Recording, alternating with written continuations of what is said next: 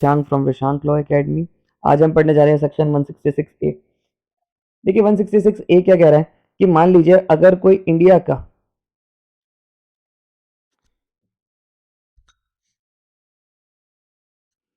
कोई इंडिया में आपका इंडिया की इन्वेस्टिगेशन एजेंसी बाहर वो करना चाहती है, इन्वेस्टिगेट करना चाहती है, वो कैसे करेगी? तो यहाँ पर यह है कि जैसे मान लीजिए इंडिया इंडिया के को इन्वेस्टिगेशन करनी है ऑस्ट्रेलिया में, तो कैसे करेगी?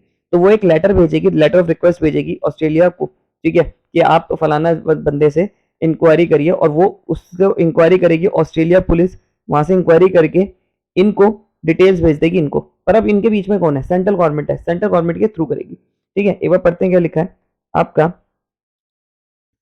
Nothing with anything contained in the course of investigation into an offence. Application is made by investigation officer or any officer superior in rank, investigation officer, that evidence may be available in country outside India.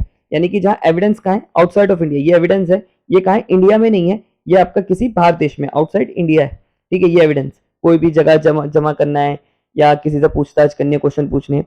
Any criminal court में issue a letter, कोई भी criminal court, यहाँ पर देखिए ये criminal court है, यानी कि क्या करेगा? पहले पुलिस ऑफिसर आपका कोर्ट को कहेगा, क्रिमिनल कोर्ट में जाएगा, एप्लीकेशन लगाएगा, फिर ये क्रिमिनल कोर्ट आपका सेंट्रल गवर्नमेंट से कहेगी, सेंट्रल गवर्नमेंट फिर देन उस कंट्री में कहेगी, ठीक है। तो ऐसा प्रोसेस है। Letter of request to the court और authority in that country place, यानी कि क्रिमिनल कोर्ट उस कंट्री की कोर्ट से कहेगी, पर भेजेगी इसके थ्रू, ठीक है, उस कंट्री के क्रिमिनल कोर्ट से कहेगी, ठीक है।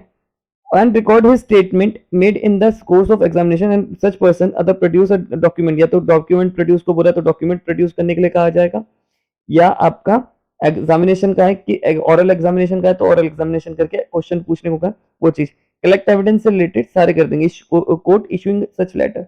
The letter shall be transmit central government के थ्रू होगा। Every such statement of document receive subsection shall be deemed during investigation. Simple सी बात है, पुलिस वाला एप्लीकेशन लगाएगा, कहाँ एप्लीकेशन लगाएगा? क्रिमिनल कोर्ट में लगाएगा, जो भी उसकी जुडिक्शन में आ रहा है, ठीक है, अपने कोई कोर्ट की जुडिक्शन। अब ये क्रिमिनल कोर्ट क्या करेगी? आपका उस वहां की कोर्ट की क्रिमिनल कोर्ट में जो बाहर आउटसाइड ऑफ इंडिया है, ठीक है, उसकी जहां पर वो रिजाइड कर रहा है, चीज जगह है, ठीक है, वहां पर भेजेगी। पर किसके थ्रू भेजेगी? क्रिमिनल को आपका सेंट्रल गवर्नमेंट के थ्रू भेजेगी। सिंपल सी बात कर रहे हैं। अब यहाँ पर थोड़ा सा सर्कमस्टांसेस उल्टे हैं। यहाँ क्या है कि रिक्वेस्ट जो आ रही है वो आउटसाइड इंडिया, मतलब कोई बाहर के देश से इंडिया में रिक्वेस्ट आ रही है, ठीक है। तो कैसे होगा? ये सिंपली है, इसमें यह है कि अगर कोई बाहर के देश का वो कोर्ट भेज रही है रिक्वेस्ट आउट इंडिया में, ठीक है, तो कैसे भेजेगी? सेंट्रल गवर्नमेंट के थ्रू भेजेगी।